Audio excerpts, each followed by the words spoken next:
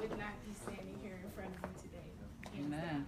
Second, I would also like to thank Gregory Meeks and Let Your Voice Be Heard Incorporated for the opportunity to be able to speak to you today.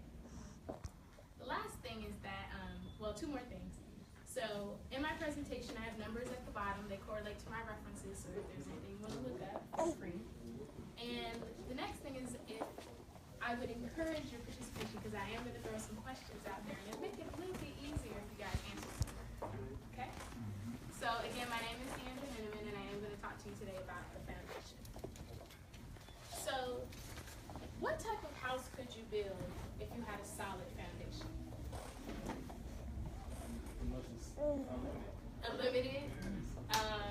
What else? What characteristics would your house look like if it had a solid foundation? Good framework. Sturdy, stable, exactly. Now, if we talk about relationships, what type of foundation would you have in your relationship if it was based on a stable foundation? What would that relationship look like? Trust. Strong. Mutual interest, exactly. So now what would happen if you built that same house on an unstable foundation? Fall apart, no good, couldn't use it, cracks in the foundation, all of that. Now what happens if you use that same unstable foundation to build a relationship? It's not going to last. It's going to fall apart, it's not going to sustain, exactly. So what I really want to talk to you about is a guy by the name of John Bowlby started researching attachments, okay? And so next we have Mary Ainsworth, who in 1970 discovered that there were 3 different types of attachment styles. So the first one is a secure type. So this person feels like their needs will be met in this relationship. The next one is the avoidant type. So they don't feel like their attachments or their security in a relationship will really be there, okay? And the third one is the ambivalent type. So this person, they're a little bit emotionally distant. They don't really want to engage as much because they feel like those needs will not be reciprocated. Does that make sense? Okay. So a fourth attachment style was founded by Lane and Solomon in 1990. And this one is the disorganized attachment style. And so this person is kind of like 1 foot in, 1 foot out. Sometimes they feel like, okay, yeah, I can be with you, this attachment is good, we're kind of on the same page, and other times they're like, I don't want to deal with you because I don't know what you may do, okay? So let's kind of start bringing it full circle. How many of you, after I briefly talked about attachment styles, maybe you kind of see your attachment style? Yeah? Or maybe are you starting to see how it could have affected you as an adult in the relationship you have with other people? So what does this mean exactly? We're talking about attachment styles. The positive is that majority of the population, about 65%, will have a secure attachment style. So they will value people in relationships. They will be able to add value to other people's lives and be reciprocated in that fashion. So that's about 65%. About 20% will be the avoidant type. So again, they're not going to want to engage in this relationship because they feel like you're not going to reciprocate that same value or that love in that relationship, so they will avoid you. The next one is the ambivalent. It's about 10 to 15% of the population, and they will still be very hesitant, not as engaged with you. They'll listen to you. You can talk all day to them, but they may not give you that same feeling or tell or indulge about themselves, okay? And then the disorganized. So again, this person, they can be here with you in 1 minute, not with you in the next. They can have some explosive bouts, so it could be very difficult to deal with this type of person. So what does it mean in adulthood? Because we see it in kids, and sometimes they're like, oh, they're just a bad kid or this or that. But then what happens when they become adults? That's kind of where a little bit more of the concern comes in. So what I'd like you to pay very, very close attention to is at the bottom what I have highlighted is what does those attachment styles that we just briefly talked about look like in adulthood? So a secure attachment style in adulthood, that person is confident, they have good self-esteem, they build trust in relationships, and they can reciprocate trust in those relationships, okay? The avoidant type of person, they're going to be starting to get a little bit emotionally distant with you. They're going to err always on the side of caution when dealing with you because they don't want to get hurt. Okay? The ambivalent type, they're going to be very emotionally distant as well. They're not going to want to engage you as much. Like I said, they'll allow you to engage, but they won't reciprocate in that same way. And then the disorganized adult, you don't know what you're going to get. It could almost be like walking on eggshells with this person because they could have explosive bouts of joy, explosive anger, explosive sadness, and you're just like, can you be one way with me all the time because I can't deal with you being all over the place like that. And by show of hands, how many of you know people like this? Most of us generally do.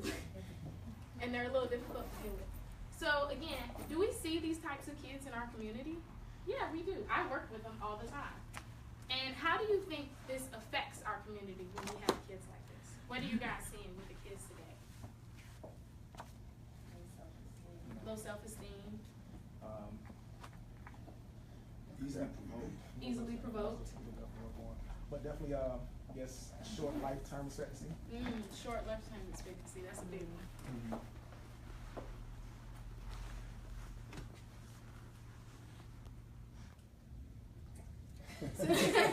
So to bring it again, we're trying to make a full circle here on why all this makes sense. What type of leaders do we want to build in our community?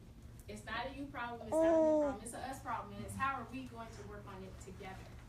Do we want disorganized leaders who are possibly compulsive, who are easily angered, who lash out at people?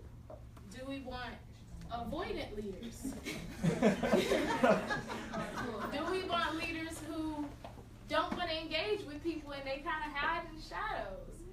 Do we want ambivalent leaders who are going to be there but they're not actually present with you? Or do we want secure leaders who are going to be strong, have good self-esteem, engage people, and really build up that interaction? So when we talk about stigma, let's say I am trying to get to you. Can I get to you with this table right here? No, right? I have to go around the table in order to get to you. Well, let's say this table has now become a barrier between you and I. Well, that's what a stigma is. It's that barrier that stops us from seeking the mental health services that we want or we need, okay? So one thing I'd like to highlight is the National Institute of Mental Health. They did some longitudinal studies, and I'll reference them quite a bit throughout the rest of the presentation. But a few of the things that really, really stuck out to me. The first thing was that, well, they grouped all people of color together. Most of us know that, though. So they did 2 studies with adults and children. And in the first one, they found that African Americans, Asian Pacific Islanders, and Hispanic Americans believed more so than our white counterparts that if you had a mental illness, you were more dangerous. Let that sink in. You are dangerous in our people of color because you have mental illness. The second thing that really stuck out to me was that with kids were more likely to feel ashamed of having a mental illness rather than having a physical illness like asthma. Isn't that kind of sad? The third thing that really stuck out to me is that kids were more likely to blame their parents for their mental illness. And they were more likely to blame them if they had depression versus ADHD. So what are some facts? So again, I'm going to shout out the National Institute of Mental Health. I spend a lot of time on their website. So, and Time Magazine, I'll shout them out too because they actually replicated the longitudinal study, which I thank you. They put in a nice, complete package so it's easy to read. So what they found is that 10% of kids birth to 3 will have some type of psychiatric impairment. Birth to 3. Those are the little kids, the tiny tots, the toddlers, have some type of psychiatric impairment in their lifetime. Okay, hold on to that one. 90% of that same population, when they were preschoolers, were more likely to have anxiety and depressive symptoms. So that means that something that may have happened in childhood is now affecting them at the school age, K to 5, 6 to 8, 9 to 12. Now, the U.S. Public Health Service,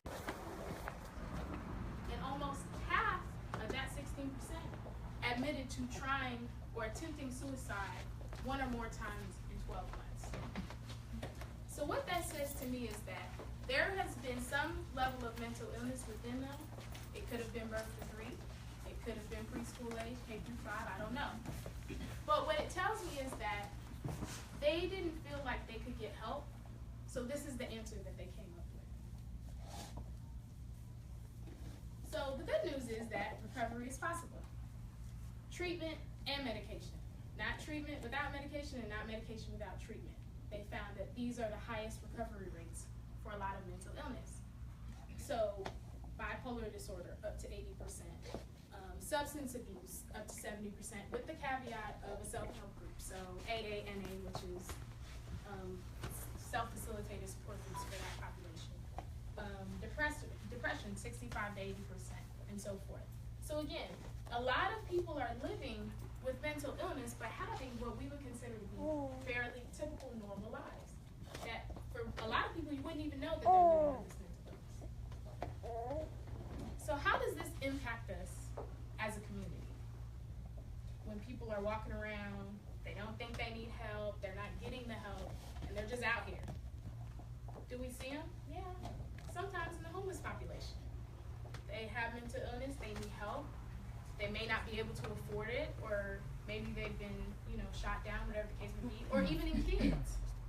Sometimes they need it, but parents don't think they need it because it's not my problem, it's your problem, and then they don't get the help that they need. And it's the child that's suffering, and then eventually the community that's suffering. So let me just tell you how this briefly impacts me. These are some clients that I've had over the past 4 or 5 years, and I really enjoyed all of them, but I'm just going to share 3. So this is client 1. He is a 13-year-old middle school age boy that's in our community, attends Urban Middle School.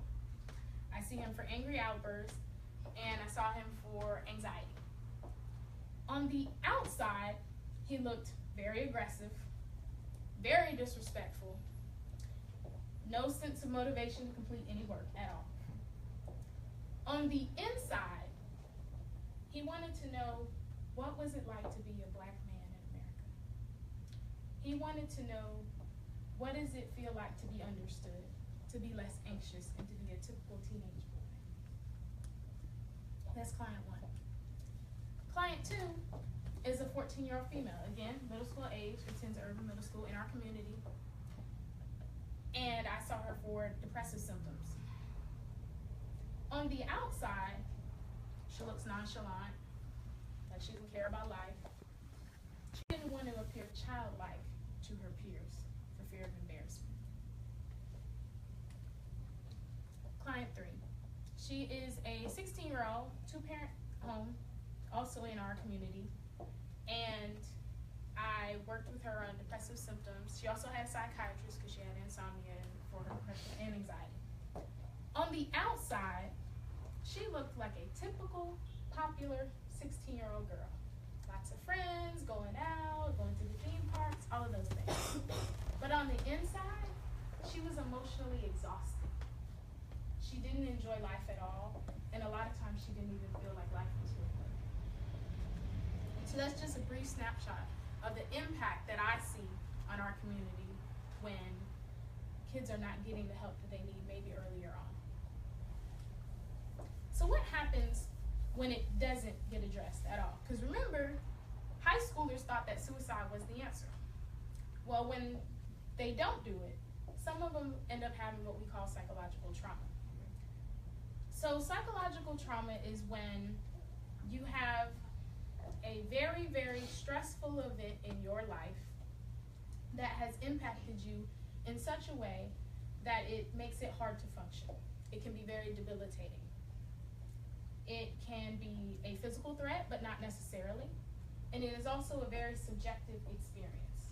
So basically what that means is that, let's say you and I are in the middle school cafeteria, and we have some friends and they peer pressure us to do some stupid prank in the cafeteria. For me, I'm like, all right, no big deal. I go do the prank, I'm laughing, I think it's a good time, and I never think about it again. But for you, over here, now you get anxious. You are fearful of being in the cafeteria. You're fearful of being around that same group of friends. You don't look at them the same anymore. Now maybe you even start to avoid the cafeteria and those friends altogether. And now the response is so overwhelming for you that you just start shutting down. That has now become a traumatic experience for you. Okay, so that's what we mean when we say subjective. So just very, very briefly, I want to talk about the big T versus the little t in trauma. The little t are the multiple life stressors that happen. Okay, so I like to think of those like a cake. Things happen to you, and then they start adding on, adding on, adding on. And then eventually we have snowballed into acute stress disorder and then go all the way to PTSD if it hasn't been dealt with appropriately. So those things could be social rejection, bullying, abrupt moving, all of those things could add to those little t's, okay? And could be sometimes much more debilitating than the big T. The big T is what we all know about. The war, the car accident, sexual assault. So that when we think of trauma, those are the things that we think about, but we don't always think about the little t, okay?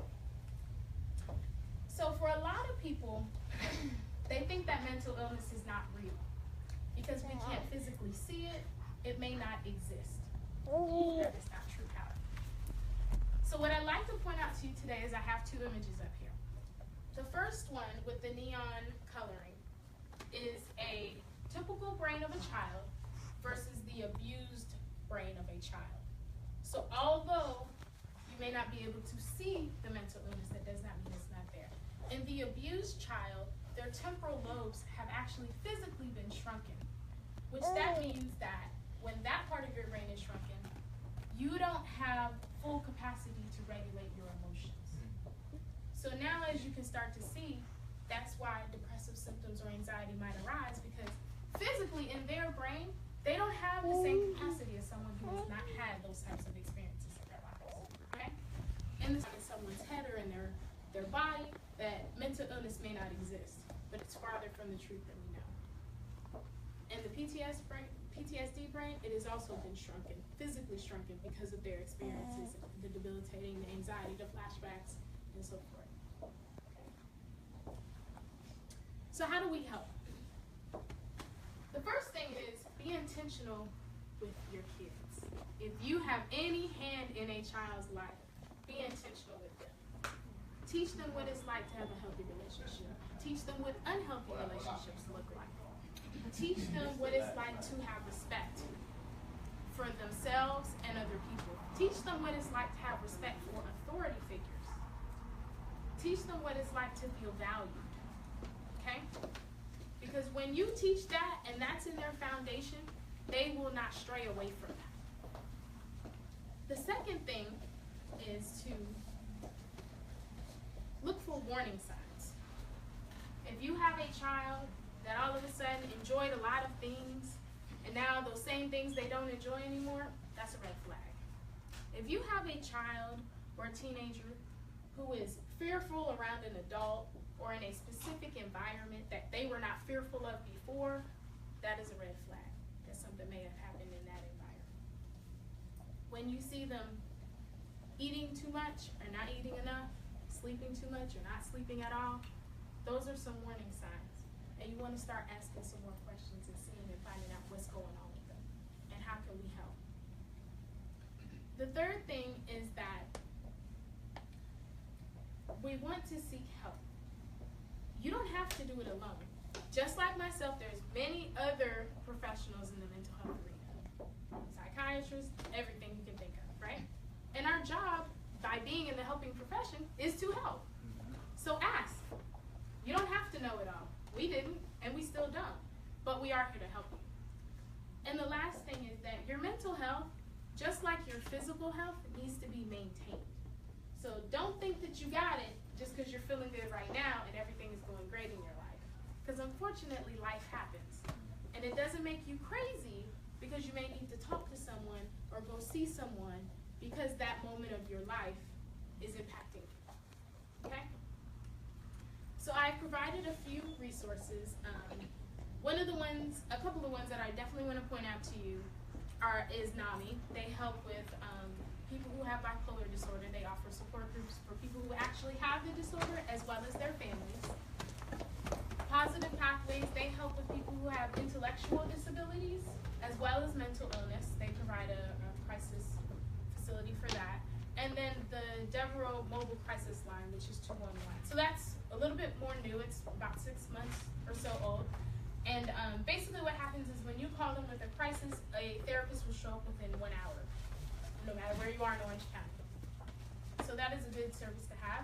And it's because it's crisis, they will link you to another community mental health agency to kind of get the ball rolling if you need more long-term services. Okay? So these are my references for my presentation. And this is how you can contact me. Again, my name is Deandra Henneman.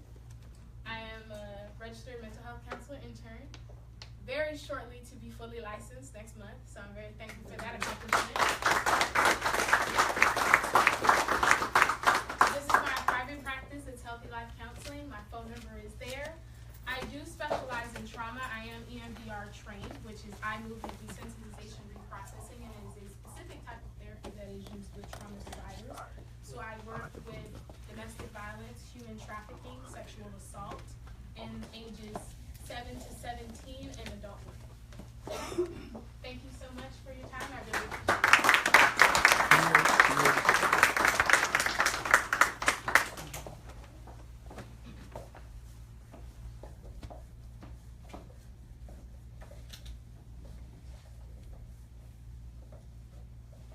And thank you so much again.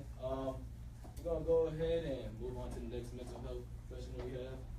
To everyone who just came in, today's not so much formal. We're just really talking about mental health, getting the discussion started. We do have people with presentations. So we have our next person, Miss Shelly Fanfan. She's going to start off. I don't want to mess up anybody's title, so I'm going to let her announce her own. A lot of them move on and whatnot. She has her own presentation. And then after we get the people who present, we'll have an open floor at the end of the night. You can ask questions. If you have anything right now, you can just kind of keep it in your head, and we'll get to those later on. And if you just stepped in too, by the end of the night, if you want to sign in, put your email, whatnot, we're going to send out the presentation. We're going to send out the different things that the people want you to know about, so make sure you do it before you leave.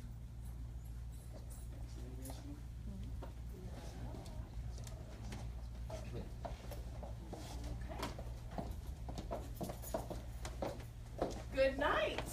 Good evening. It's the darkest room I've ever presented in. Well, hello everybody. I just want to start off with sharing a couple of recent experiences that I have had. Starting with a friend of mine that called me, I want to say about 3 days ago, okay? One of my friends lives in New York, very professional and successful male. And he called and said, you know, the strangest thing happened, and I think you would be interested in hearing this. I said, oh, go ahead. And so he basically said that a neighbor of his on Friday drove his kids to school, dropped them off, came back home, parked his car 4 houses down from where they live, and then went back to his house and attempted to hang himself in his basement. The first attempt was unsuccessful, so he took selfies of all the scars and then had a successful attempt right after that with the towel. His daughters, who he lived his life for, okay, he had a couple of daughters, I think 2. The youngest of the 2 found his body at 10 o'clock that night in the basement, okay? So when he told me about the story, I thought, you know, that he was calling just to get some comfort and some backup, and he said, the reason why I'm calling is because it makes sense to me, and that scares me that it makes sense to me. This is a man that has been in a very unhappy marriage for over 16 years and has stayed in the marriage just until his children graduate from high school. In his mind, he will alleviate or minimize the hurt and pain on them and their emotional trauma if he just sticks it through. But we're talking about almost 2 decades of being unhappy. I have a girlfriend of mine who believes that she's bipolar and had this epiphany just the other day, Hispanic female. Significant trauma, physically abused all the way up through her motherhood. Understand this. That means that she was physically abused as a child, got married, had children, and continued to be physically abused by her parents all the way through her motherhood. We're talking about a grown woman who would get beat down by her parents in the presence of her children. She is a very successful female right now, does great things in the community, and she is having these bouts of severe anger that are uncontrollable. This is someone who works in human resources where they're sending her home because she is unable to interact with the people that she supervises. For years, she has learned to suppress the trauma, and now in 40 plus years, about to turn 40, the manifestation is happening now. I think one of the most mind-boggling cases in 20 years of me being a psychotherapist was a case that I got. It was DCF referred. Family out in Lakeland, 3-year-old sodomy case. 3-year-old was the victim. Now listen to this. The perpetrator was another 3-year-old. I just want you guys to understand that. So a 3-year-old was raped by another 3-year-old. Sodomized specifically, okay? So what happened was, mom has her nephew over to the house. The children are playing upstairs, and all of a sudden, these 2 3-year-olds, it gets real quiet upstairs. And those who are parents understand when it gets real quiet, something's not right. So she goes upstairs, and it's quiet.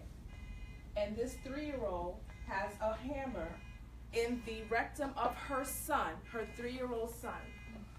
And she almost passed out. And so guess what? The family chose not to go any further in counseling because of the appearance that it would have to the community, the public, other family members wanting to keep it secret. And we know how this is in our community. Being so image conscious that you would choose to hide something like that. And then wonder why your 3-year-old, now 7, has been kicked out of almost every single school that he's been in. Behavioral issues beyond belief, and she wants to say, oh, he needs a neurologist, he has a brain disorder. And it's all about trauma. This same man that contacted me a few days ago when we were talking, and he was saying, it just felt way too good. I was relieved for my neighbor. And this is a problem for me, that I was relieved to hear that he took his life. And so, of course, I said, have you thought about counseling? And then the text thread, Facebook Messenger thread, basically ends right there. My HR professional friend, love her to death. You know, I absolutely love her. But every time the conversation gets to a place of, what are you going to do different?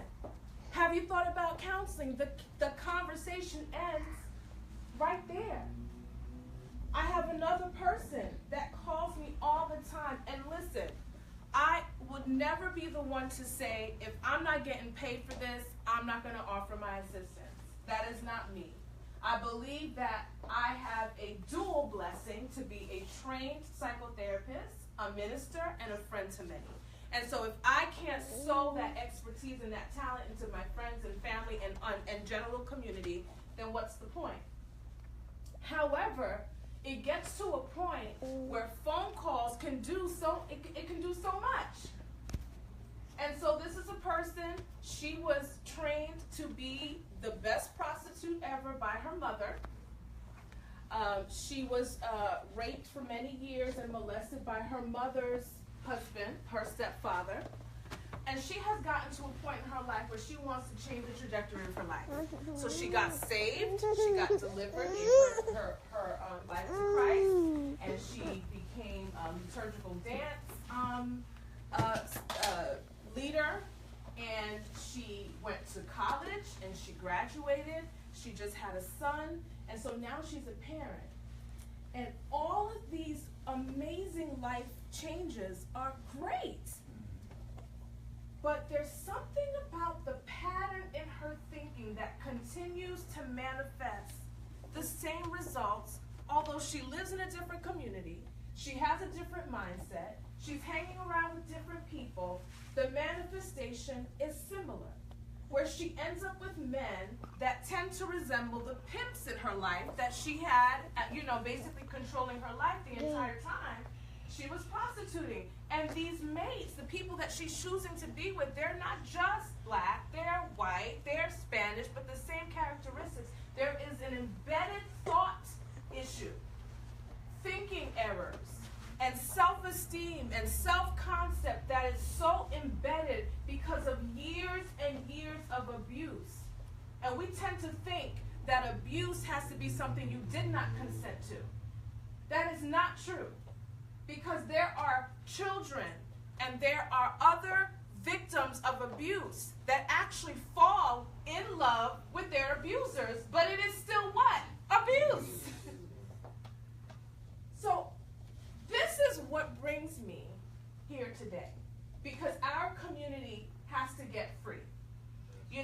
We are in a situation, we have this new president, and everyone is, in fear of what the future may hold, and what are we going to do, and how do you feel? And people always want to know, Shelly, how do you feel? How do you feel? How do you feel? It doesn't matter how I feel. It's about what are we going to do.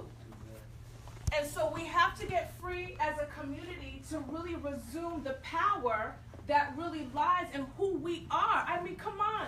We own our own dynasties. We were a rich people. Yes. We were a rich people.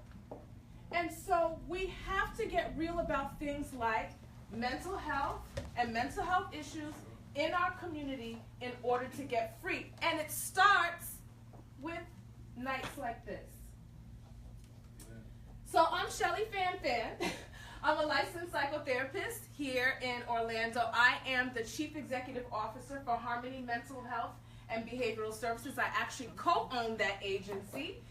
We have facilities out in Orlando, in Metro West. We have an outpatient facility there. We have a Center for Autism in Claremont that is run by my business partner, Robin Williams, who's a board-certified behavior analyst. And we also have another outpatient practice in Sanford. And I am here today because I get so frustrated about the fact that our services provided in-home, in the community, in the school, at McDonald's, at 7-Eleven, wherever you want it, we're a mental health center without walls, that our services are still significantly underutilized by people that look like me. And when they do look like me, it's because they were referred by the Department of Children and Families and had no other choice.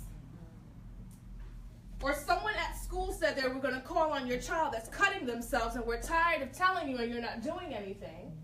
So they're mandated, or they're trying to restore their licenses with the Florida Safety Council because they got a DUI and they're there. I'm tired of that. Where people who truly understand the benefit of this intervention are not people that look like us. And so that is why I'm here today. So the facts are this. We are, as a community, 20% more likely than the general population to experience with mental health considerations. 20% more. So we're going to talk about the whys in that. Number one, unmet basic needs. And so my fellow clinicians understand that there's this little thing called Maslow's hierarchy of needs. I'm not going to bog down all the psycho jargon today. Basically it means, this is a man that says, we have different needs, and on the lowest level is basic needs, okay? So you want me to come in and deal with the fact that I was raped for 10 to 15 years by a man that my mom is still married to, and she didn't believe me. So you want me to come in and process this, but I don't have power in my house. Or I don't know how I'm going to feed my children. So basically, in this hierarchy, it says that in order for people to really deal with some of those higher order issues like emotions and memories and those types of things, that they have to have some type of stability in their basic needs. So in our community, and this is not, it doesn't apply to 100% of our community, but generally, there are a lot of unmet basic needs that we deal with. That includes or where homelessness is manifested out of that. I don't have any place to stay. I'm living in a hotel or an extended stay, and you want me to talk about this putting in a token economy from my child's behavior? We can't eat. My food stamps is like they just cut. I got $15 of food stamps. So these are some of the things that we deal with, especially when we have people that we're going in and trying to assist them, and they have real life concerns. You're talking about depression and anxiety and all that, but I can't pay my bills. Another reason, exposure to violence. In our community, we have a higher exposure to violence. And so for that purpose, we have that, susceptibility to mental health issues. Another why? Substance abuse. Very, very high in our community, whether it's something that is culturally accepted. This is just how I was raised. I've been drinking beer since I was 4 or 5. Whatever you want to do to justify it, rationalize it, define it, it is what it is. Because of the high rate of substance abuse within our communities, we are more open or more susceptible to mental health issues. And this is the interesting one. The why. This is actually a good thing and not so good thing. We are a very resilient people. Who agrees with that? We have been through so much, okay?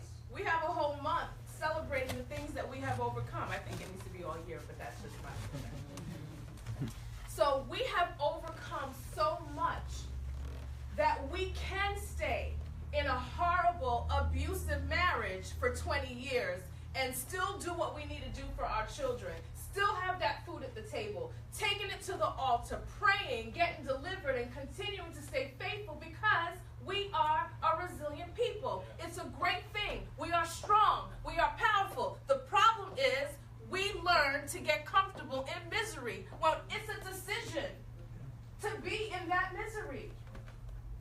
Change starts with a choice. And so being so resilient at times, it keeps us trapped and it keeps us in bondage. So while it's an amazing thing, okay, that we're resilient and I can hang on to the first and I'll just take this extension cord and plug it into my neighbor just until the first comes around, that is not our portion. It is not. But because of that resilience, we find that many people just stay in bondage. So that is the why. So what happens as a result of that? So we know that we are more susceptible. We understand why, and what is the manifestation of that? We so often have said, and this is not to offend anyone, I'm just going to be real, that things like suicide don't happen in our community, right? When we hear about post offices being blown up and people putting bombs around them we say we don't do that stuff. That ain't us. That ain't us. Okay? But guess what? That is changing. Especially in the younger African American population. The rate of suicide, especially among the males, okay, in the younger African American population is on the rise. So that is a manifestation of what happens. We know why we're more susceptible, and now what? Well, this is a manifestation of it. A rise in suicide. Broken families. Broken families start with what? Broken relationships, where we don't necessarily value marriage marriage and commitment anymore. Someone told me the other day, I'm not in a relationship, I'm in a situationship. I said, what is that? A situationship. And you may think like, so is that really a mental health issue? Absolutely. Because that man or that woman didn't have the example of true black love and commitment to understand that there's a benefit to it. It's a thinking error.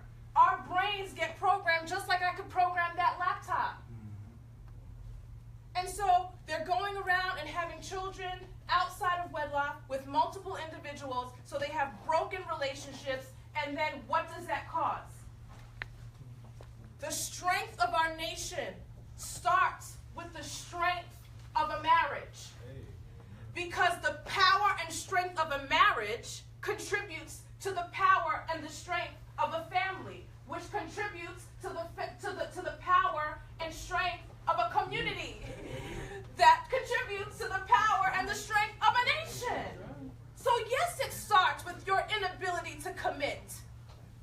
That is an issue because we were designed that way. So this idea that, well, it's not natural to be, monogamous, and, all of it is, we have to change our minds about those types of things.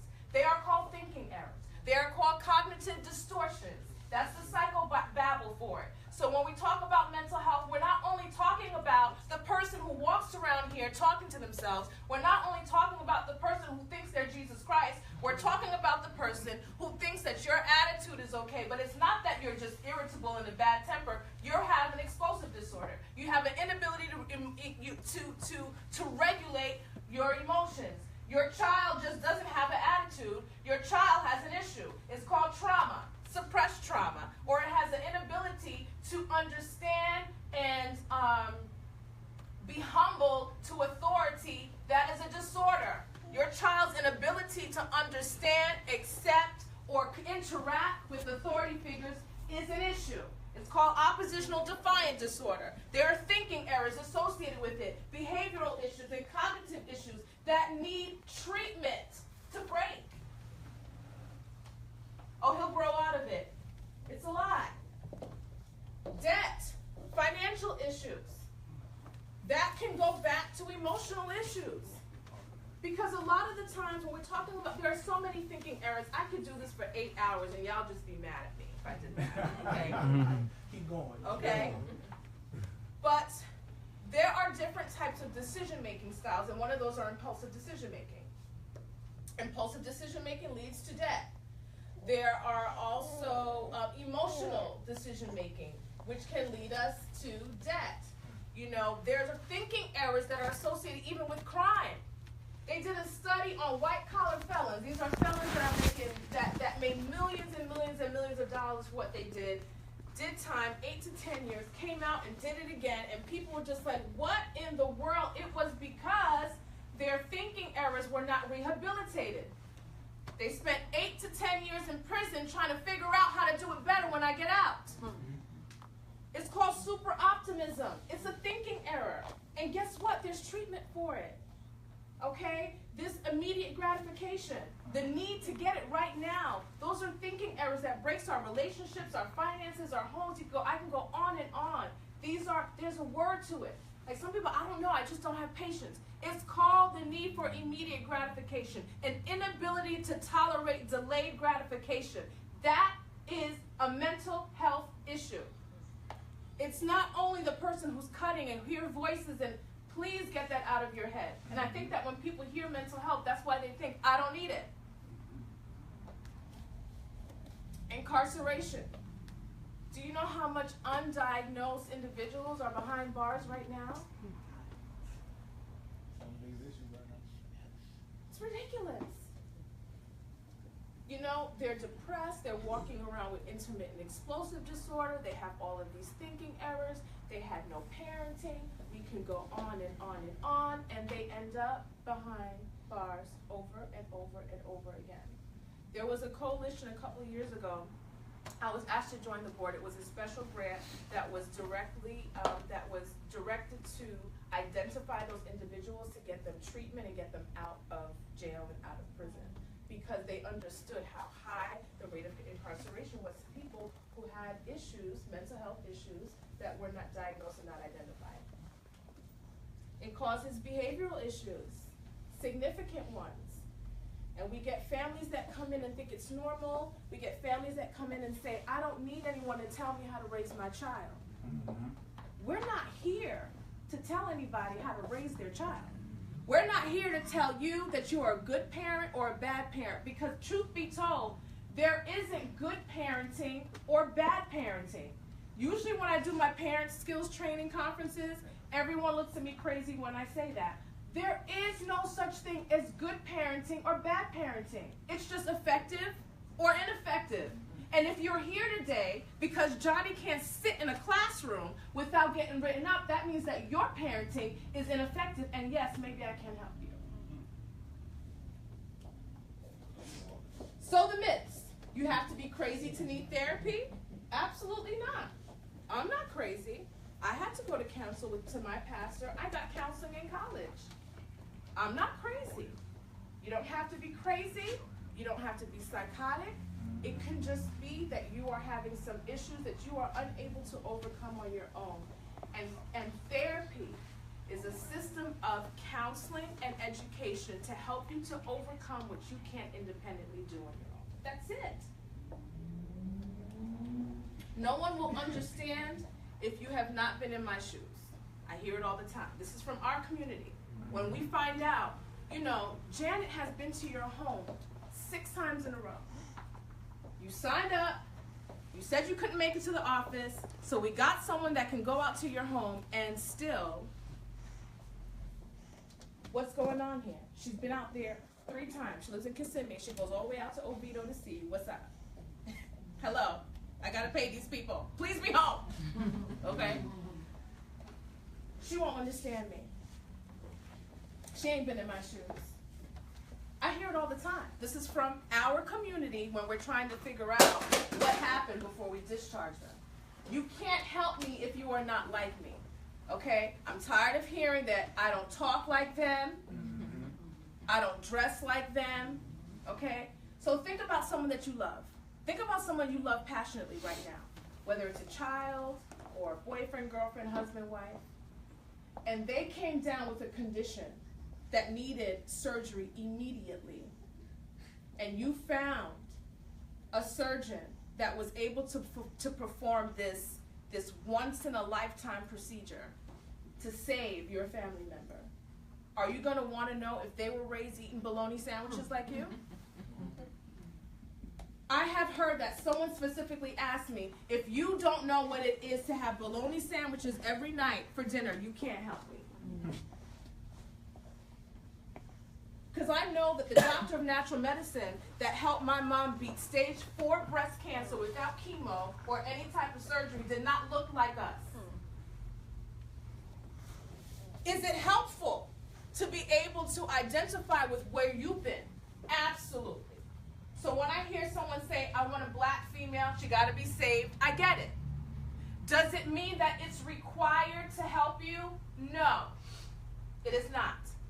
We are trained professionals. It doesn't mean we know everything. But most of the time, if we are here, it's because we've had our own internal struggles or experiences and unique skills and abilities that drew us to this field. My degree from Florida State University looks pretty, but that is not what equips me to be a change agent. That is what I had to do to tell the state that I am qualified to do what I do. But it's those natural skills and abilities that have led me to this field that makes me qualified to stand here before you today. That helps me to sit before you and your wife and talk about the communication issues and what you need to do to overcome them. What you have to change about your household to get your child to respond to you differently and not disrespect you, because it starts with you, and then we'll work on the teachers. Some other myths: my business will be out in the street. They just don't get that there are laws. Are you laughing because you hear the same things? You coming in here with your Harmony shirt, bringing my doorbell, and okay, so we won't wear the polo. We won't wear it. What do you want? Do you want to go Lake Eola? What do you want to get help? sometimes we are working harder than the client. It's ridiculous. But there are things, on a lighter note, I get a little passionate, excuse me.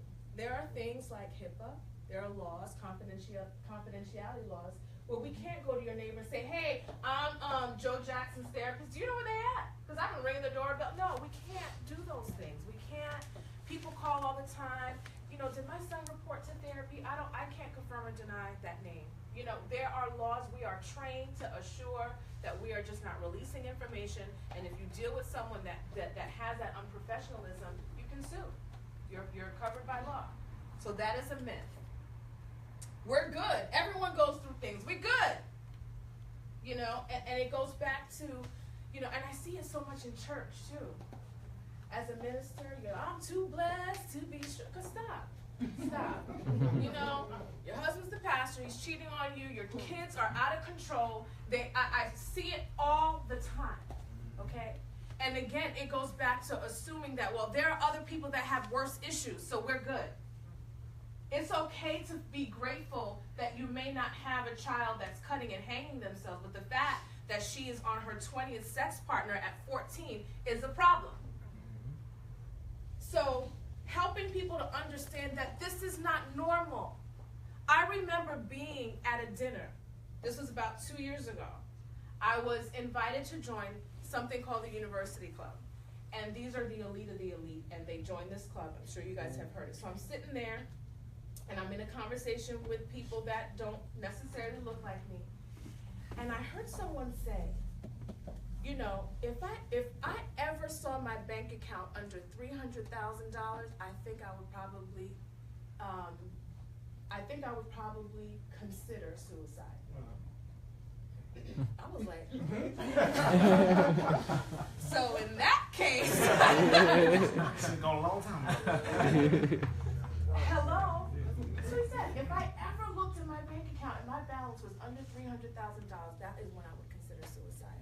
It was such a different thought pattern, because I'm thinking at 300, I'm okay. I'm pretty good. I got 300 after, you know, dollars. I'm not talking about 300,000. $300, I'm okay. You know, bills are paid. And so this idea that I was okay changed when I heard that. This idea that I'm good, my kids are okay, it changed my perspective when I heard that someone else thought that anything under 300,000 just wasn't good enough. And we have to do that for our clients. We have to do that for our community. You can do better. You can be successful without him or without her. And you can still get that doctorate degree. Don't worry. Make the decision first. We have to help them to change their perspective. And that's what mental health does. I do not want to pay for what I can get from friends and family. Listen, your friends and family love you. They love you. And because my mom loves me, she's not always going to give me the great advice. She's going to give me the safest advice because she loves me. And she doesn't want me to get hurt. And so I'm her baby, and you're my girl, and you my boy. You need to leave her dog like this. You know, they are not trained on all of the psychobabble that you heard me say. When I hear you talking, listen, people come in and they say, I'm here for this. I'm here because I'm feeling this way. About 95% of the time, what they say they're in treatment for is not what the problem is. That's why we are the professionals, and we are able to dig deeper to see what truly the issue is. You can't get that from a friend or family. They are not objective. We are objective. I don't know your mammy, your pappy. I don't know what's going on. All I know is I'm hearing what you're saying, and you are the common denominator in all of your bad relationships. Let's hold you accountable. That's what therapy does. You have an unbiased party that is assisting you in getting to higher levels of wellness. So not wanting to pay anything in life that is of value, you got to pay for it. You just do. And so Harmony has a sliding scale. We do provide free counseling, but we have to change our mindset about being cheap, because you got to pay. I've been riding around on a tire that keeps losing air, and I will keep doing it as long as I could. So finally somebody said, listen, your tire's damaged. I know you keep putting air in it, but just buy. I would have been okay if I would have just invested in that $150, $200 for one time. You know, sometimes not investing in our own wellness ends up costing us so much more later. Oh, and then God will deliver. I'm a minister, and God will deliver, but He will put His super on what you did in the natural to take care of your situation. So we have to learn how to help ourselves and use the wisdom in the earth to get us to higher levels of wellness. Okay, counseling benefits. You will get guidance, support, help, advice, tips. 1 + 1 = 2. Is this a true statement? Yes?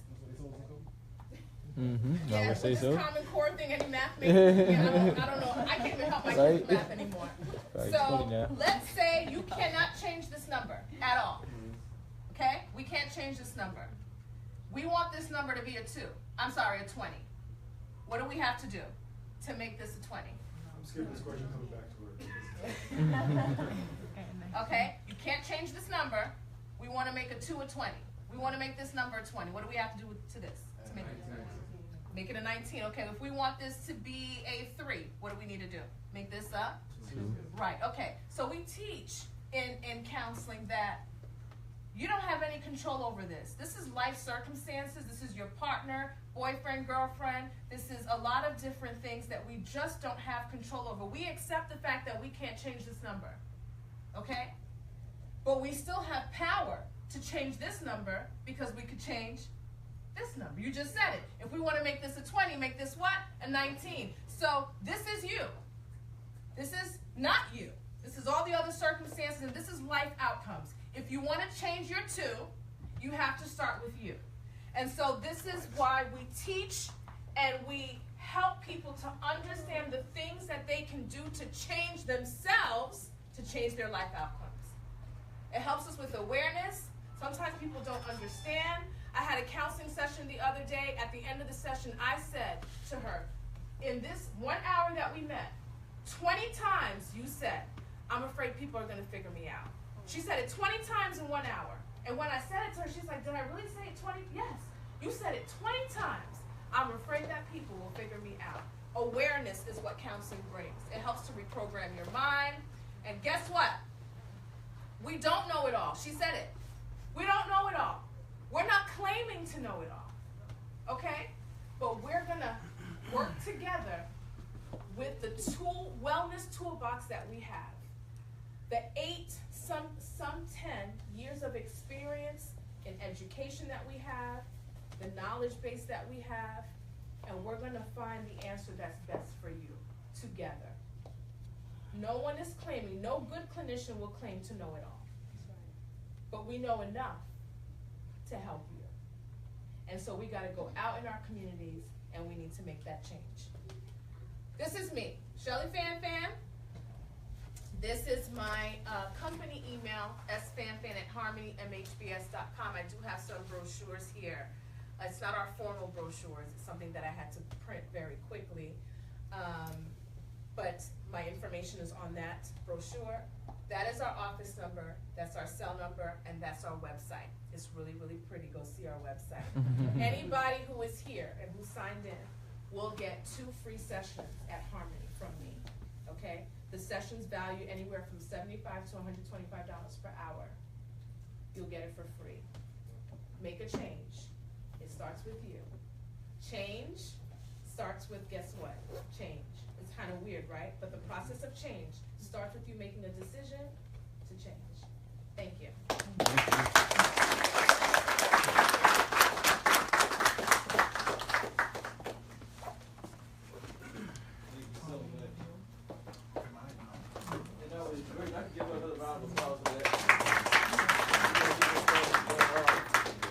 That was wonderful. And like we said at the end, we're going to make sure we send out all the information that was presented today. We're going to send it to you.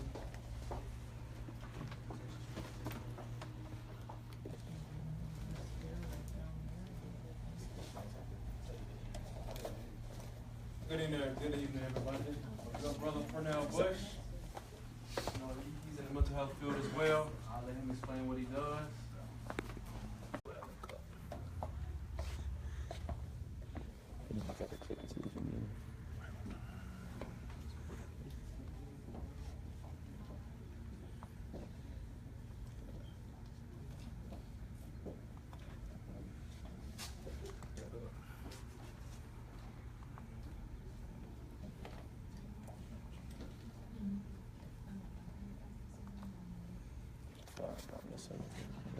Huh? It's fine.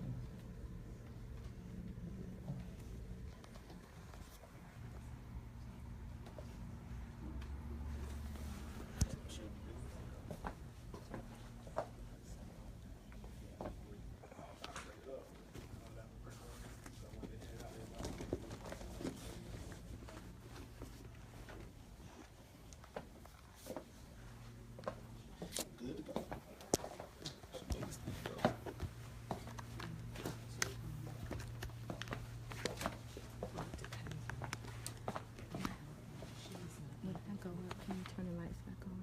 Okay.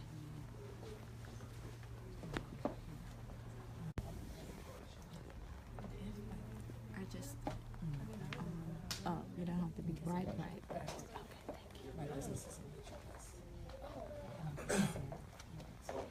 Once again, good evening, everyone. My name is Pernell Bush. I'm a mental health professional by the way of social work. I attend the University of Central Florida, and I'm just happy to be here with you all this evening about this very important topic of conversation. And following behind Ms. Fan and Leandria, definitely I think we all have some great information tonight. So, like I said, I definitely want to talk about PTSD. We have all heard about it. You probably encountered someone that has it. But I definitely want to say, okay, what about those who have had secondary PTSD? That's something that's not normally commonly spoken of. When I think of secondary PTSD, I think about when I get told stories. Hey, you know you're a black male. Watch your back. Now my mind is embedded.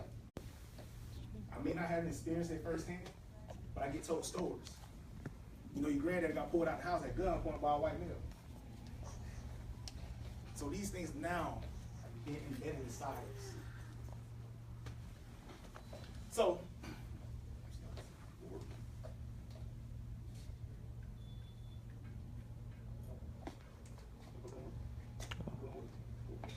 It's probably on the cord a little loose.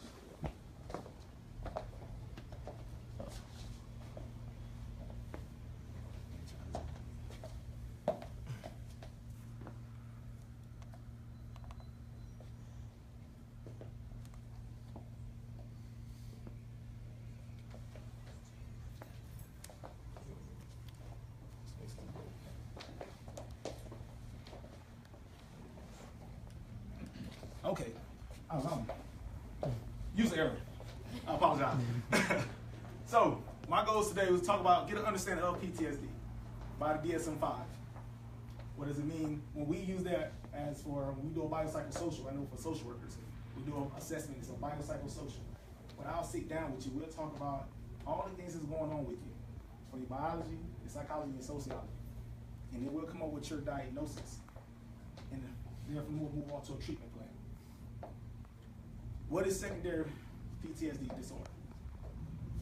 A brief case study, when I would use myself as a case study with a genogram. Has anybody ever done a genogram before on their own family? I'm telling you, that's one of the most healthiest things you could possibly ever do. It really lets you start to see how your upbringing impacts you. That's right. Genogram, yes ma'am. G-E-N-O. G-E-N-O. We're going to talk about straight perspective. Ms. Fan already hit resiliency is one of the main things that we're going to take from this. And then some of the theories that we use in social work practice.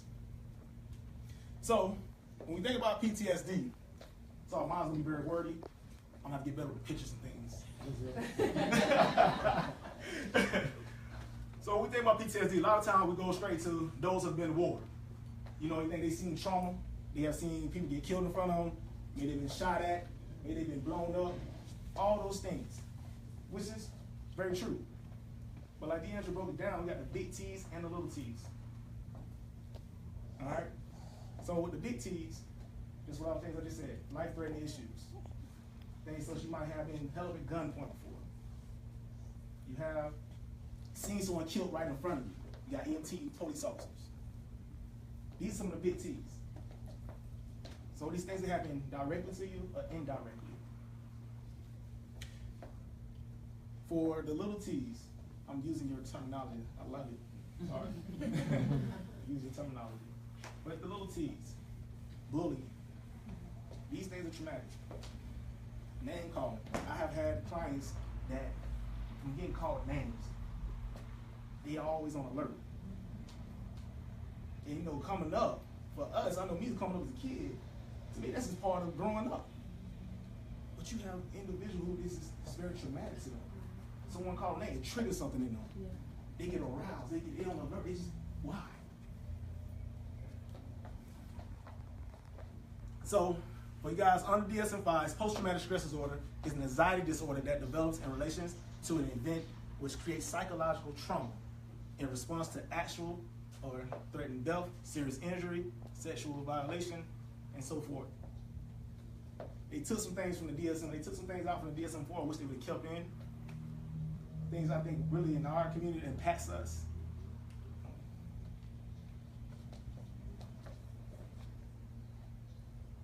It's just this.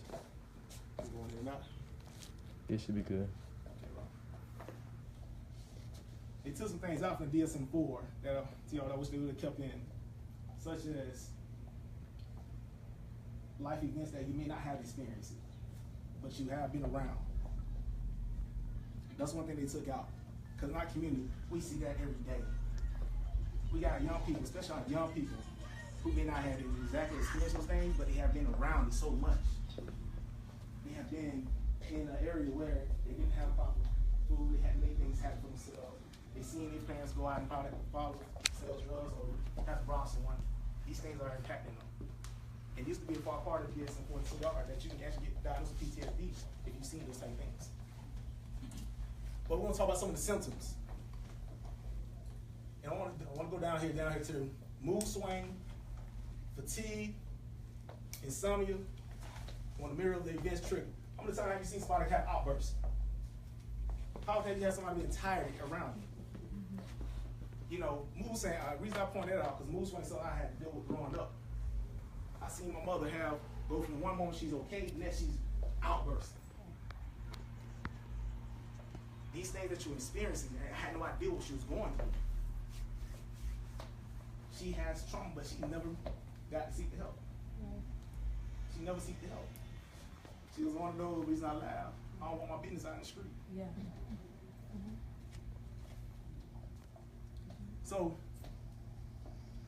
these are PTSD things. Now I want you to think about, let's go all the way back to slavery. Let's go back to Jim Crow. And let's go all the way back to the Civil Rights Movement. Slavery. How many of y'all ancestors do you think they experienced traumatic situations? A lot of them, right? And then they went on to their offspring. They say their offspring got to go through the Jim Crow movement.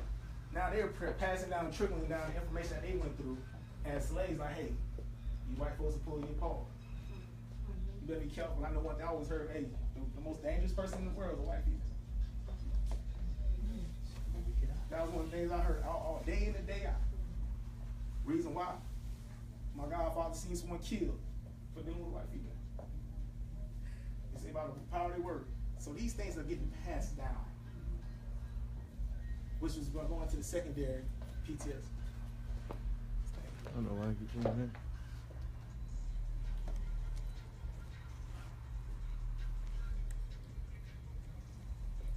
So before I move secondary, but I want to go down to the negative alteration in cognitive and mood. So I want to talk about the persistent negative belief. How many people have you kind of had negative beliefs about themselves? Right? Distorted blaming. Trauma-related emotions. Feelings of alienation and diminished interest in life. How many children have you spoke with that probably feel like they're alienated? Had diminished interest. Didn't care, I know it. One of the biggest I was here kids like, hey man, I'm not gonna be alive by the time I'm 25. That is an example of a diminished interest in life. So now that gives me the opportunity to say, why should I try? All these, even though they may not have experienced PTSD right away, this is something that will come out to me, say back to secondary PTSD, because they heard these things growing up. No. Sorry, I'm getting used to the blue screen now. No, I found this picture very interesting when I seen it. As you guys can see, that's from 9/11. They talk about the secondary trauma people experienced from 9/11. Those who didn't go through it, but because they had to care for someone, hearing of it, and witnessing the intense suffering of others, they developed secondary PTSD. Now if we go try to have that same conversation about, hey, my parents talked about when they was growing up, how racist individuals, the system, and institutions work. This is why I have a common fear for these type things. But those get belittled, like that's not enough. No, that's not secondary PTSD. Your fear is over exaggerated. People tell you all the time, like you just don't want to do well. You people have more than enough time to pull themselves up out of bootstrap. But they're not taking into account the things that we have learned and heard about our entire lives.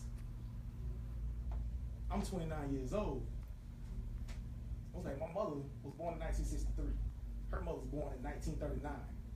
So that's just 3 generations, and during that generation, you gotta think of all the things that's been trickled down and passed on to me. That's why I want you guys to take a moment and really think about the things that got passed down to you.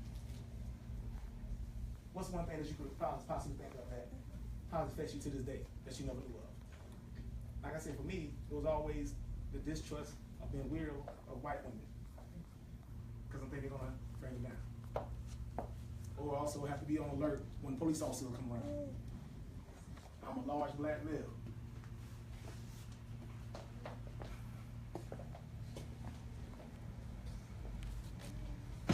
I'm starting to think it's gonna like me. I know, right? It just started.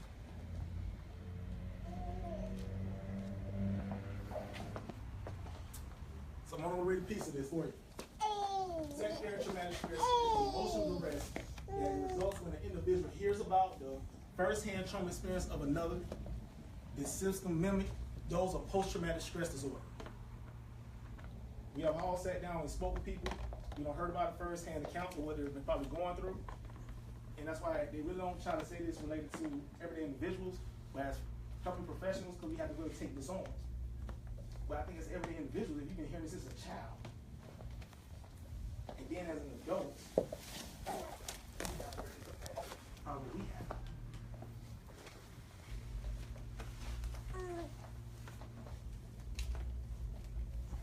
We have generation after generation learning from broken people. This is called social learning. Create a false narrative of this is their culture, and that's just the way they are. This is Dr. Joy DeGroot. She just wrote a book a few years back called Post-Traumatic Slave Syndrome, where she did over 6 years of studying and research on how these things got passed down to this generation all the way from slavery. The bigger, the darker the black male, the bigger the figure. Even if they're wearing a suit, they have a bullseye on their back. For me, that brings up a lot of emotion for me. I'm trying to tell, I'm going to speak to these young men, hey, carry yourself right, do the right thing. You're going to have the same opportunity others have. But they don't lead by example. And she like, when I was growing up, my grandma told me, hey, whenever you go someplace, I don't care whether it's a hotel room, you go someplace, you leave it cleaner than what you found. Because I don't want nobody trying to say that my grandbaby and black people leave. So she said, I used to go to hotel rooms. And I clean the whole hotel room before I leave. Making the bed and everything. Because I didn't want to have that stereotype on me and make a bad representation for my whole culture, for everybody. She said, I had no idea that my grandmother told me these things. I had no idea that it was that embedded in me until I was seeing her, like I'm actually in these rooms making these beds when this is their job. So I would encourage you guys. I'm trying to tell you, I think you're about to talk like that. I definitely encourage you guys to really, if you can, it's Post-Traumatic Slave Syndrome by Dr. Joy DeGroot. She has videos that she's talking about on different topics as well. So do me a favor, write these dates down if you can. Put them on your cell phone. Because we have individuals in our society think these dates are so far away. Like they just a long time ago. Right. And these dates are near us. If you look at, if you do a genogram, you can see how close some of your first, the second, third generation are to these dates. Like I say, my mother was born in 1964, so she was around the Jim Crow. I don't want to put the young wrong year. My father, 1953. The people that raised me were born in 1939. So I'm taking all their experiences in over time. So let me pull the genogram up.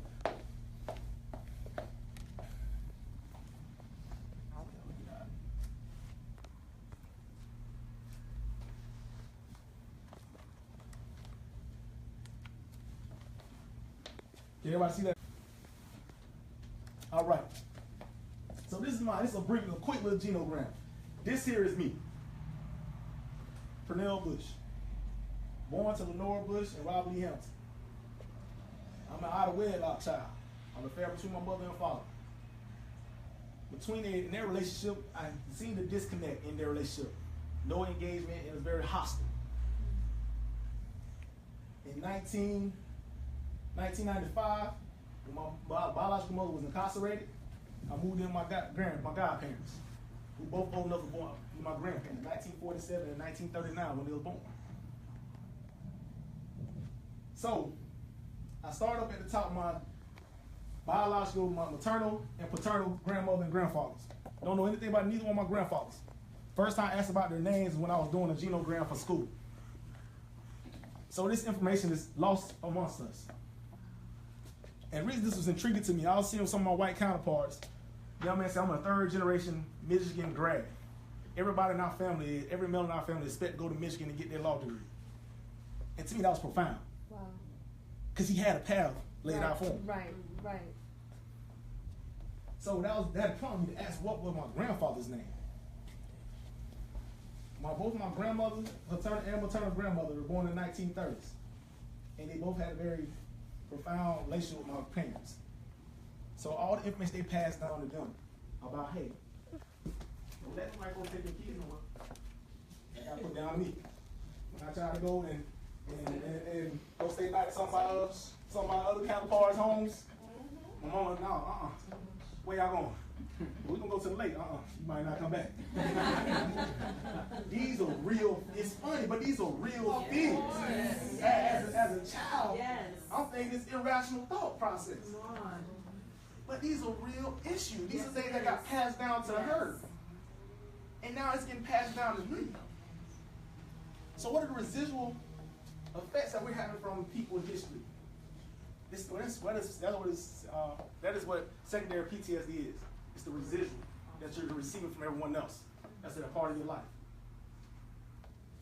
When I moved in my godparents, it was a different lifestyle for me. I was a hard-headed child, in and out of trouble, so I was laughing at some of the things you putting out there. I had ODD, opposition defiant disorder. I had ADHD, they said I had all these things. But when I got over here, expectations changed. That started with my godfather. He didn't want to hear any of that what they were talking about. He set expectations for me. And I had to meet those. Now, him and my father both passed down to me being afraid of being taken advantage of economically. Because they experienced things like that. They remember their fathers experienced things like that. So it's like, son, my God, Daddy, don't let the world give you a wooden nickel. To this day, I still don't know what that means.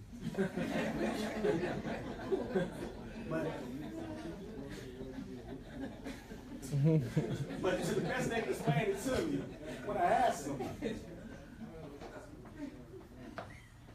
anything about when people are sharecropping, or here in Florida, people working in Orange Grove, they get gypped for their money. They working.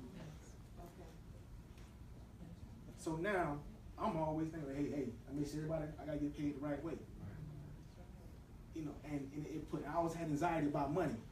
If I'm not getting paid right, I gotta go tell my godfather, I don't know if they paid me enough. Now I'm like, oh, I don't think I can go tell him about this. Because it triggers something in him. Literally. He always felt a man worked hard, he should get what he's owed. But the fear of being taken advantage of when he passed down to him. If he was able to take care of certain things in the house, he could see. He could see the outbursts. These are his triggers. And this is something that he said he grew up with. But this genogram, the reason I say that it's important that we do a genogram ourselves. Now I'm thinking all these things I took in, all these things I got going on me. How does it affect my child? And when we start to identify these things in our communities, starting to talk to our mental health professionals, starting to really believe in the process of helping one another, we'll be able to address this much better. You know, I have my baby sister here, and I think today she had said something. She didn't catch what I caught. She said something, we were talking about movie Get Out. And she said something, I don't like his school, she was racist. And I said something that I caught later. Oh man, I hope she ain't really processed that. But I said, they always gonna think this stuff is racist.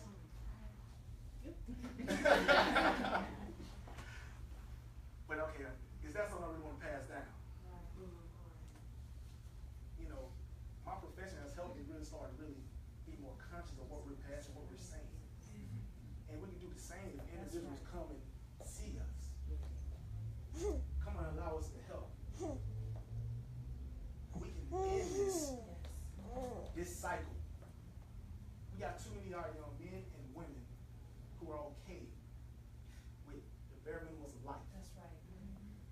And like Dr. Fan said, it's not okay to survive.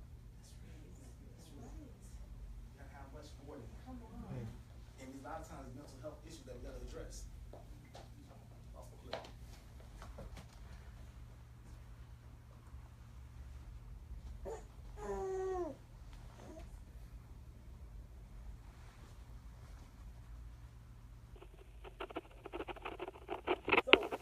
Social work, we're taught to look at things at a strength perspective. So, Dr. Fan had always brought it up, but resiliency is one of the biggest things that our culture, our community has taken all the experiences that we have. No matter how much pain I've seen people talk about, how many traumatized incidents they've been through, one thing I've always. Now, this is not enough. What else can we start to do besides being resilient? Because sometimes resiliency is something that we use as a wall, as a mask, to not move forward with everything else that's going on with us. I know for me, I didn't want to talk to a mental health professional when I first got home from the military. I got this. I don't need to talk about it. If anything, I know how to survive.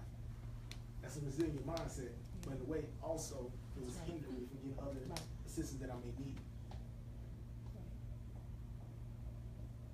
So, I definitely want to ask you guys, who all believe they're resilient in here? Hands up. Anybody believe they're resilient? They don't bend through, they don't push through, forged ahead. But how much more stronger could we be if we start not only being resilient, but start taking care of our mental health as well? Yes.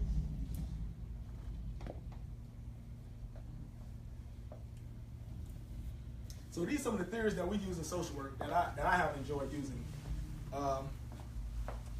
System theory is something I definitely talk about with families because I'm really an associates right off Robinson Street. So I have done family group, small groups there with the family members. We got a child and either one or both parents. So we talk about some of the things that they're doing in their home. How can the parents help their child succeed? Because a lot of times people forget. Me as a mental health professional, I can give you a treatment plan all day. We can talk about our goals and how we want to accomplish them all day. But if I don't have the support of that system, families, maybe it wants to get the parents' permission, the teachers at the school, how can we make sure we are ensuring the success of that individual within the system? Social learning theory. That's why I'm very big on the way I carry myself. Because every day we got our kids watching us, we got other individuals watching us. That's social learning. That is the way that we socially learn. So when my little brother see me up, my little brother or daughter see me up reading in the middle of the night, that encourages them to do the same. When they see me handle, when I got pulled over and my little brother caught next to me, and he see the way I handle that situation, social learning. These are things that are very practical that we can use. Often we talk about cognitive behavior therapy, which is, I think, one of the most used therapy theories out there. Because because we do have to address the irrational thought process that's going on. We do have to see what's bringing up the emotions. We do have to see what's the trigger on that, and how can we try to change the thought process.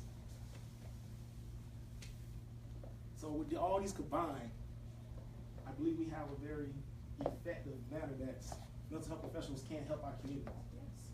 But in order for us to help, we gotta have you guys come in.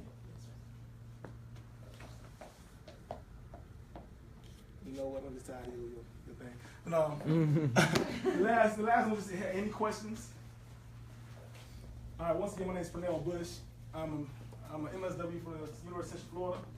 Currently, I'm at Meridian Associates, where I provide counseling to those without insurance. Outside of that, I want to thank you guys again, Miles, Grant, for having us out. Awesome.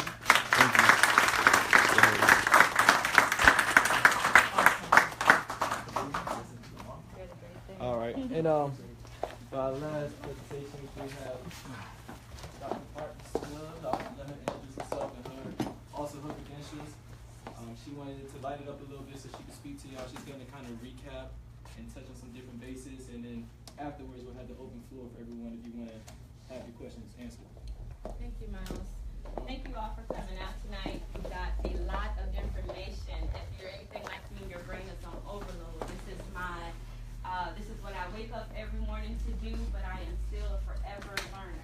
And that's why I'm excited about this platform tonight, because of the fact that it's reminding us, or even teaching some of us of those things that we need to hear about. So I'm going to be a closer tonight, kind of mentioning a little bit of everything that we've heard tonight, but also bringing about the light of cliches and what we need to do as a, not only black race, but just as a people in general, as a community, to do better about mental health. I'm Shantae Barton Stubbs. I have a doctoral degree. I've been a licensed clinician for the last 7 years. I'm most known for the New Image Youth Center that's located in the Paramore community. We have some, thank you. We've had some very amazing things that happen right there in the Paramore community with our youth.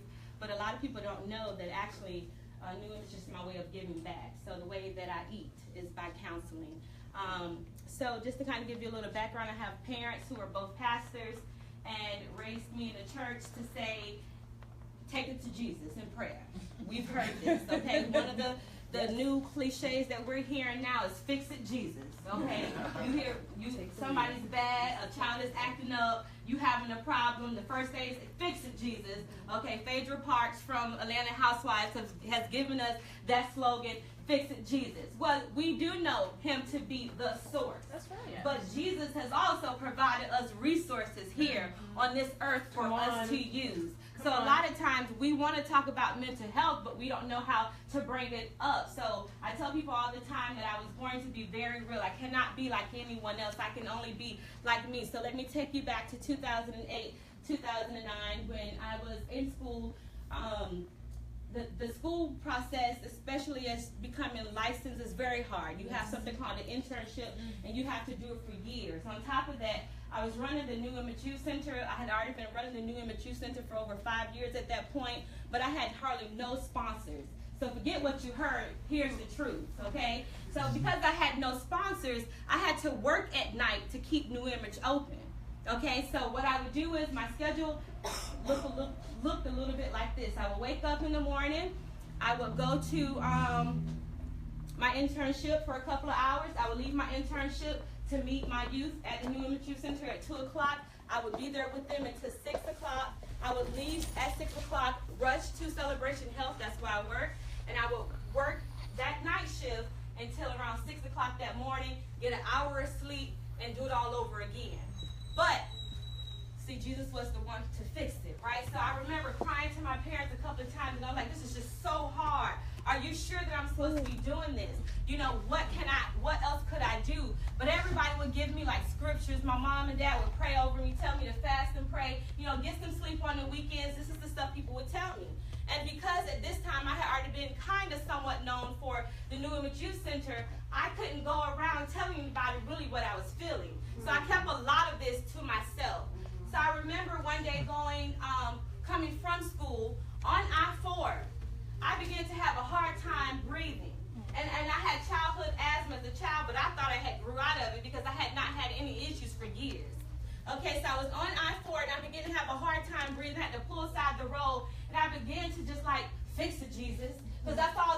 I wanted to pray, what is going on? I have no pump at this time. Where is this coming from?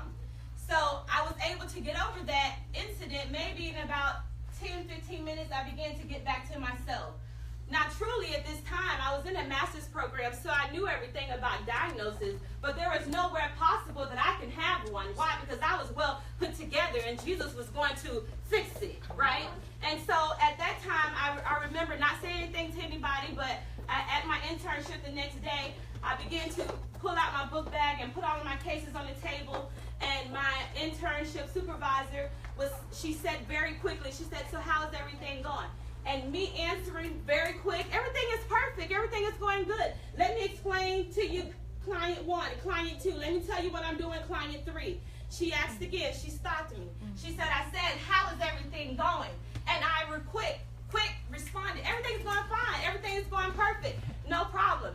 And she said, Shantae, how is everything going? And I bust out in tears, not even knowing that I had all of this. And I said, what do you mean? I just told you everything is going perfect. Now let's talk about client 1, client 2, client 3. And I recognized at that moment I had a breaking point. And that breaking point was, it was okay for me to get it all out. I had experienced panic attacks, and here I am thinking they were asthma attacks. I was overwhelmed. I had no balance. I didn't know what else to do. And that's when I started recognizing, oh my goodness, this is very important for us to know that it's okay not to be okay. It's okay not to be okay. But at that time, I didn't want anybody to know that I was getting services, that I needed services. Why? Because it was going to give me a stigma ties that I didn't want. People are going to look at me differently. I'm thinking about I maybe can't even get licensed as a therapist. Now why? Because I'm one of the crazy people. I'm just being honest with you because it was not normal. But let me tell you what I began to do. Once I began to go through the process of counseling and recognize that, you know what, this is nothing like I thought. That it was okay for Jesus to fix it, but it was also okay for me to get the services that I needed.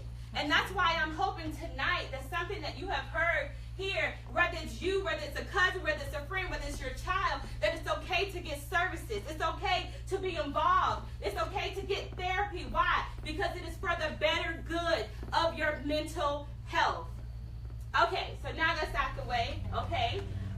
One of the things that I want us to talk about is the cliche or thinking that mental health means crazy. Or we use the term mental health. The term mental health, we're saying it backwards. Mental health means that you're mentally healthy. So here we are, we'll see somebody in the streets talking to themselves, oh, he got a mental health problem. No, that's not a mental health problem. A mental health problem means you are mentally healthy. What he has is a mental illness. So you see how we just be talking about stuff like we know? We all loud and backwards and wrong. Like the old people say, you just loud and backwards and wrong. So mental health is when you're at a good state. This meaning that when things happen to you, you are able to cope on a decent level, on whatever normal scale is for you.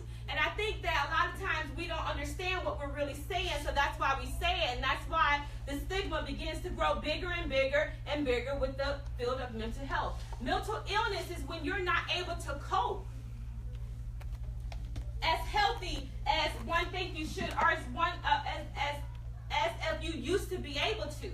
So with mental illness, we have to understand before there's actually a mental illness diagnosed, please stop diagnosing people too. Okay, so I'm the closer, so I'm going to say some stuff you may not like. Okay, that's okay. I'm okay with not having friends. Okay, low self-esteem is not one of my issues. It was anxiety. Okay, so let me just stop diagnosing people and stop saying things that we don't know. Oh, you know he crazy, he bipolar. We say that all the time. When somebody acts a certain way or act according to how you think they shouldn't act, you've already labeled them with a diagnosis that does not even belong to them. Because the disorder bipolar means that they're either manic or depressed. Manic or depressed. Manic is the high level of grandiosity wherein they have an elated feeling of wanting to do things that are out of the ordinary. They feel like they're able to reach things that they've never reached before. They should start a new business. They go spend a lot of money that they shouldn't spend. They spend all the bill money. They do things that they shouldn't do. And then all of a sudden, after those days, sometimes weeks pass by, then they go crashing down. And a crash down moment is what we know as the depressive symptoms of bipolarness. And that when you're feeling crashed, of course, that's when you're in your bed. You don't want to get out of your bed. You're very to yourself. You don't want to be bothered. Sometimes suicide could come upon you. So these are things that we have to be educated on. If we say that we want to do better about the mental illness in our communities, then let's be educated on the things that we're saying out of our mouths, okay? Let's be on the same page where when we say something, it's something that people understand and are able to learn about. So again, go back to the cliches. We often hear people say, we heard a lot of myths and things tonight about people being in your business. We heard about, there are HIPAA laws. We cannot tell your business. I do want you to know that services are available to you. And a lot of times, if you have Medicaid, guess what? Services are free. Okay, so a lot of people have Medicaid, use it whenever, here and there. But Medicaid, if you have Medicaid, there are a lot of free services that are offered to you. I am going to share this information with you so that you can go back and share it with your family, your friends, your coworkers, and people that you know. Okay, anytime there's Medicaid involved, like the Magellans and the Amerigroup, the Staywells, and some other ones, a lot of the services, you get a certain amount of services for free, but it's such a large amount of services that it will carry you over for the entire year. Okay? Anytime you have these Medicaid services, you can also get something called a case manager, which is a little bit about what Pernell was talking about as well. He's a social worker, but a case manager is going to be the one to come hold your hand to help you find the resources that you need in your home. Stuff like you need help with a light bill. They'll call a heap for you. Guess what? Somebody pick up the phone when they call. You know how we call it our own, we have a hard time. But with Medicaid, with a case manager, they kind of know the ins and the outs, what to say, how to say it. When your child is acting up in school and you're receiving all of these reports and the school is saying, if you don't come back with something from somebody's agency, then your child cannot return. That's what a case manager would do. She would go to the school. He would go to the school on your behalf. They would get your child on an IEP if needed, a 501. Those things are like for learning disabilities and things like that. Your child may need extra help, extra attention in home. These services are free with certain Medicaids. So it's okay to receive the services. Listen, I love what Minister Shelley said, that they're an agency without walls. Okay, guess what? I heard her say that her clients say, you don't look like me. Well, guess what? I look like my client. Some days I got on a basketball hat and tennis shoes and Timbs and jeans. Why? Because I am here to reach the masses in whatever way I need to be met. There are times I drive a nice car, luxury car, like nice things. Okay, that's out the way. But there's times where I can't drive my nice car to the ghetto. Why? Because people are offended. So I remember one time I parked all the way down the street. I had to walk and hike to get to my client because I didn't want them to see what I was driving. Why? Because I am just that embedded in it. Why? I'm saying there's therapists out there that can meet you where you are. That's right. There are therapists out there that can meet you at McDonald's, that can meet your child at the school. Don't have to come to your house. I mean, I can tell you the story. I went to one house in the hood. I was not prepared for this, y'all. I was not raised in the hood. And I sat on the couch. The whole couch fell to the ground, which was no springs in it, and roaches started coming up everywhere. And So, I mean, you got to be open-minded. Understand that, listen, some of us are trained for this stuff. So don't be afraid of receiving these services or talking about these services that are available to all. Okay, I do have some notes. I'm old school, so I didn't do a presentation, okay? I just wanted to talk about some stuff. Okay, let's go back to the whole Jesus fixed it. So, we know that we were taught, your issues stay in the home. Yes. Your issues do not go outside this house. Our issues are our family business, and if you go out and tell whoever you in trouble, they might take you away. This is what we're taught, right? So that's why a lot of the information in the homes stay in the homes. And then we turn around and say, okay, well, if we cannot keep it in the homes, then maybe, just maybe, we can go to the church and share our information with our pastors. Okay, listen, I love pastors. I have pastors as parents. But if your pastors don't know anything about psychology, then your pastors are not the ones you should be going to Come or on now. sending mentally ill people now. to. Come on.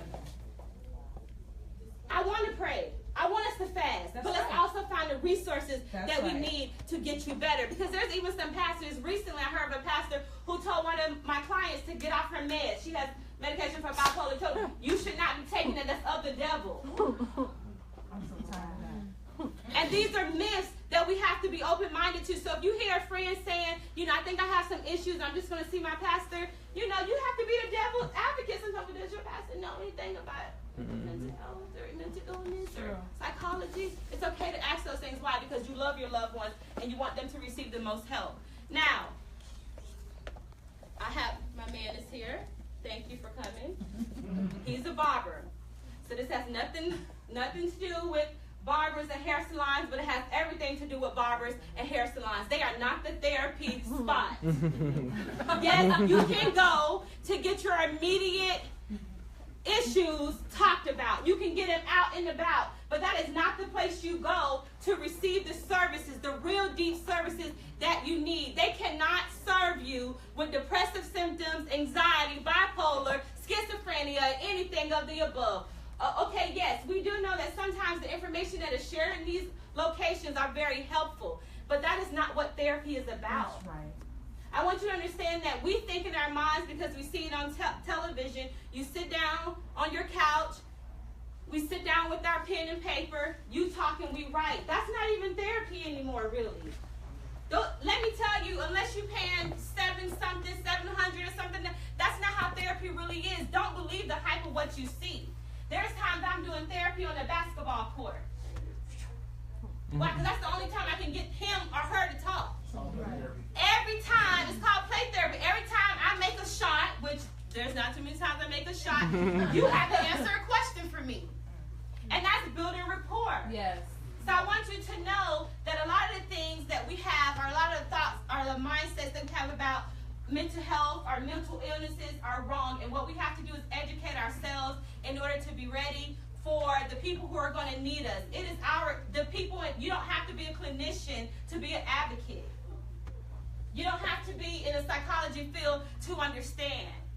Okay? In order for us to reach the neighborhoods that we're talking about, it's time for us to go out there, to mentor, to be a part of the neighborhoods, not dressed up in our fancy clothes and nice cars because they don't understand that, but to meet the people where they are and to provide the services. Find a place that you believe in that you can refer people to. Sometimes although I'm a therapist, I don't take every client that come my way. Why? Because I know my level of expertise. There's sometimes where I would say, hey, I got the perfect person for you. I got the perfect place for you.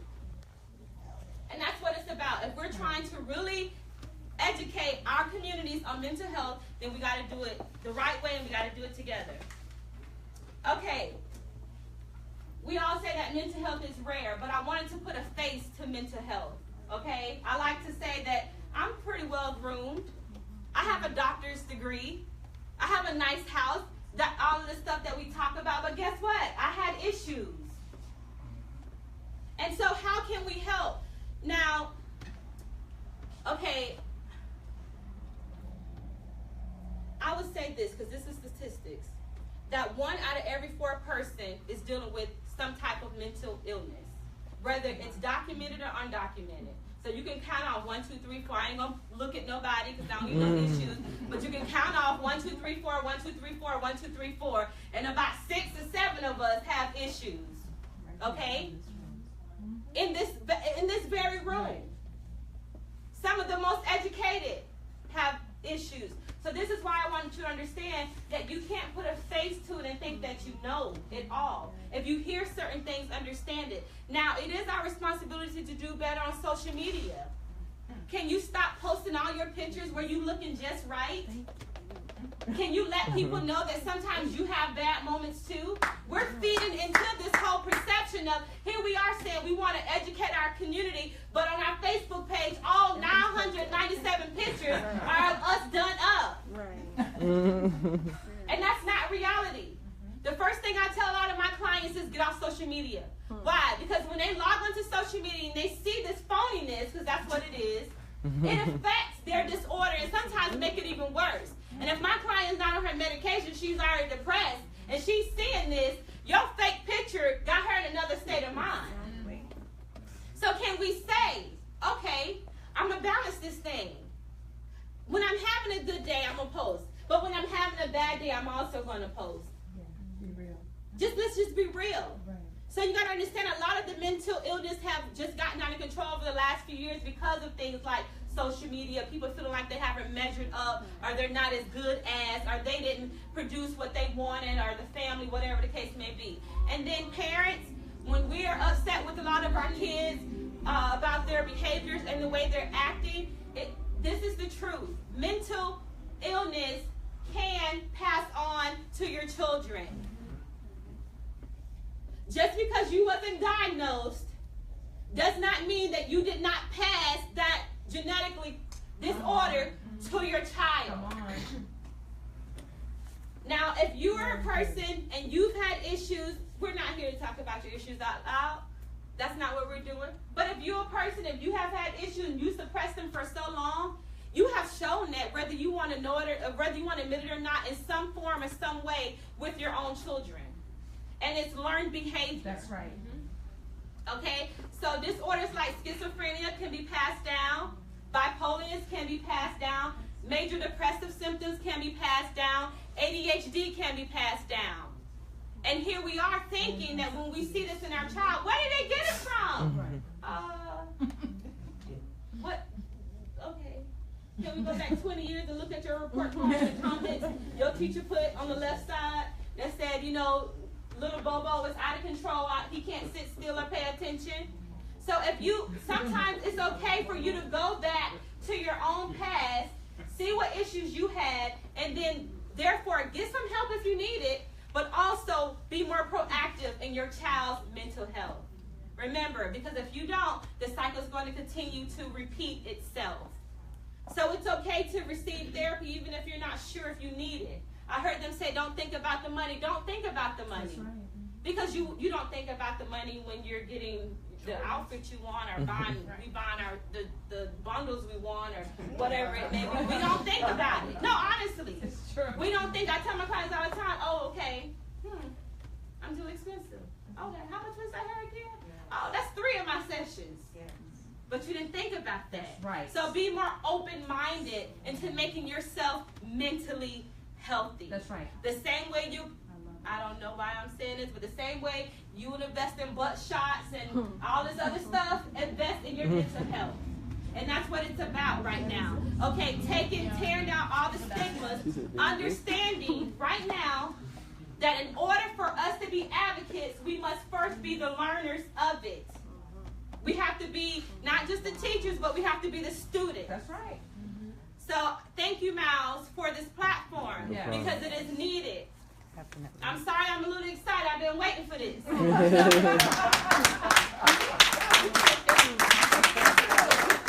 I am besides, I got my parents are pastors, so if I go to preaching, just throw me down. Or offering, I'll sit down too. But it's just time for us to place everything that we've heard today. I want you to even understand, even with the categories that Deandra has shared, I want you to think about what category do you fit in. And it's okay, we're hard on ourselves. We're a harder generation, but it's okay for you to fit in the category that you really don't want to be in. At least become aware of it, and let's see what we can do to begin to do better. Okay? Now, everybody here look mentally well. We look mentally well, but there's so many things that are going on inside of us that we're not talking about. So in order to normalize this, let's start talking about it. Yeah. I'm going to even do better. I have a whole page dedicated to just mental health on Facebook and social media, and I probably post once a month. And that goes to show you how much I can do. So let me start with me. That's right. But let's just be open-minded with the way that we're educating people or the things that we're wanting to know. Okay, so kids, I do work with kids. I work with kids. I work with adolescents, and mostly older teenagers who are like incarcerated and things like that. I love having those cases because a lot of times when you get really into the mind of the child, you can really learn a lot of stuff. And when you don't know, it's okay for therapists to ask. I didn't know what the term emo meant. Emo is a term that most Caucasian individuals use when they cut. It's short for emotional. That's when they upset about something, they cut themselves. And instead of calling it like how we would just say cut, you know, that's not what they call it emo. It's for emotional individual. But I do want you to know that there are several celebrities. I know because we relate to people of whatever status. There are several celebrities who have come out and said, you know what, I have a mental health issue. I have had a mental health issue. Kanye West, we just saw him recently with an issue. Even though he may have not come out with it, but years ago he did come out that he was very depressed after his mom died. Okay, now listen, any disorder, let me just remind you, in case you're trying to ask yourself, you know, do I have a disorder? Could I be labeled? Could I have a diagnosis? Anytime that you are not participating or doing the things that you once used to do with no problem for over a period of time of 3 months to 6 months, then there may be a problem. Okay, so if you're not your normal self in certain areas and you recognize this and you're seeing that maybe your home life is affected, maybe you're a little different at work now and people are starting to notice it, maybe your children are starting to say things that you're no longer hanging out with your friends or going to church or socializing like you used to, then there may be some type of problem there. So go see someone. Don't wait. We've already had the minister say that she'll give you 2 free sessions. Go talk about it. Get it out. Let's figure this out. Now, one thing that I do want you to be very open with is be very proactive in your therapy. We said treatment goes with you. Be honest. What goals do you really want to reach? What goals don't you want to reach?